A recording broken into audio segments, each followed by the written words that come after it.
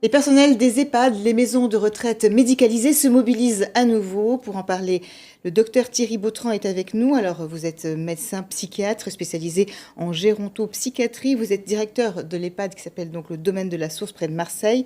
Également donc le président de l'association des aidants à domicile. Alors, on le sait aujourd'hui, il y a un manque de moyens dans les EHPAD. Il y a une fatigue effectivement de la part de tout le personnel. Qu'est-ce qu'il faut faire justement? Est-ce qu'il y a vraiment de la maltraitance aujourd'hui dans les EHPAD? Non, sincèrement, je ne crois pas que, de manière générale, il y ait de la maltraitance en EHPAD. Il peut peut-être y avoir une fois un personnel malveillant, mais c'est exceptionnel. Et puis les directeurs sont très vigilants. Moi, je crois qu'au contraire, il faut parler des EHPAD qui fonctionnent bien, qui font attention à ça. À l'inverse, des fois, à domicile, quand un intervenant vient seul à domicile et qu'il est malveillant ou maltraitant, personne ne le sait. En EHPAD, il y a un phénomène d'équipe, il y a un contrôle qui se met en place. Il y a même un phénomène d'entraide qui limite quand même ce genre de dérapage catastrophique. Mais quand même, on le sait, donc ça coûte relativement cher, hein, en général à peu près 2 000 € en moyenne par mois, pour des soins vraiment très limités. Souvent, c'est moins d'1 heure par jour. Donc comment est-ce qu'on peut remédier à ça? Il faudrait quand même augmenter le personnel. Il y a une mission d'information parlementaire là, qui préconise de doubler le nombre de soignants. Ils disent qu'il faudrait faire, il faudrait qu'on ait au moins 60 équivalents temps plein pour 100 résidents. Qu'est-ce que vous en pensez? Ce qui est vrai, c'est que l'EHPAD d'aujourd'hui n'est pas le même que celui d'il y a quelques années. D'abord, on reste plus longtemps à domicile, et c'est tant mieux, et on vient en maison de retraite avec une dépendance physique très forte. En moyenne, à quel âge? En moyenne, à 85 ans. Donc, c'est la moyenne générale dans nos EHPAD en France.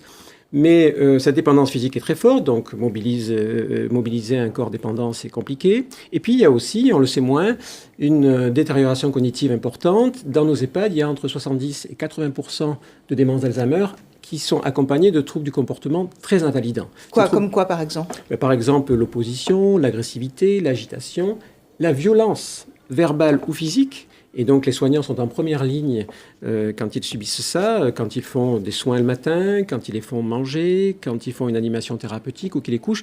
Ils subissent ça très, très souvent et de manière très violente. Ça provoque un épuisement du personnel en EHPAD. Donc effectivement, du coup, on rajoute les médicaments. Alors il y a d'autres solutions, pourtant, vous les préconisez vous-même. Donc ce sont les thérapies non médicamenteuses personnalisées. Vous avez d'ailleurs donc publié un livre tout récemment là-dessus. Donc qu'est-ce que c'est exactement que ces thérapies-là? Alors ces thérapies non médicamenteuses personnalisées, les TNMP, c'est un concept que j'ai fondé il y a quelques années et qui maintenant est mis en place dans plusieurs EHPAD avec l'aide de l'ARS, dans de nombreux EHPAD. Il consiste à chercher le trouble de la personne. Alors, par exemple, pour un soignant qui a pris un coup, au lieu de lui dire on va attendre que le médecin mette un médicament, on va au contraire faire des réunions tout de suite où il y aura des prises de parole des soignants, il y aura la reconnaissance du trouble. Avec eux, on cherchera le trouble. Quel est-il? Est-ce que c'est une opposition? Quelle est sa cause? Est-ce que c'est une anxiété, une dépression? On va ensuite réfléchir par rapport au projet personnalisé du résident. Quelle est la thérapie ou les thérapies non médicamenteuses adapté à la personne. Parce que finalement, ce qui est important aussi, ce sont tous les aidants autour. Hein. C'est quelque chose qui est important pour vous. Tout à fait. Alors que ce soit les aidants professionnels, qui sont ceux qui travaillent en EHPAD, ou les aidants familiaux, il faut absolument... Toutes ces personnes sont confrontées à ces troubles du comportement, et très souvent, on met des médicaments. Je ne suis pas contre le médicament quand il est thérapeutique, mais je préfère largement des thérapies non médicamenteuses bienveillantes et bien traitantes, qui en plus sollicitent les aidants familiaux et professionnels de manière agréable. En plus, ils sont acteurs, donc il y a moins d'épuisement.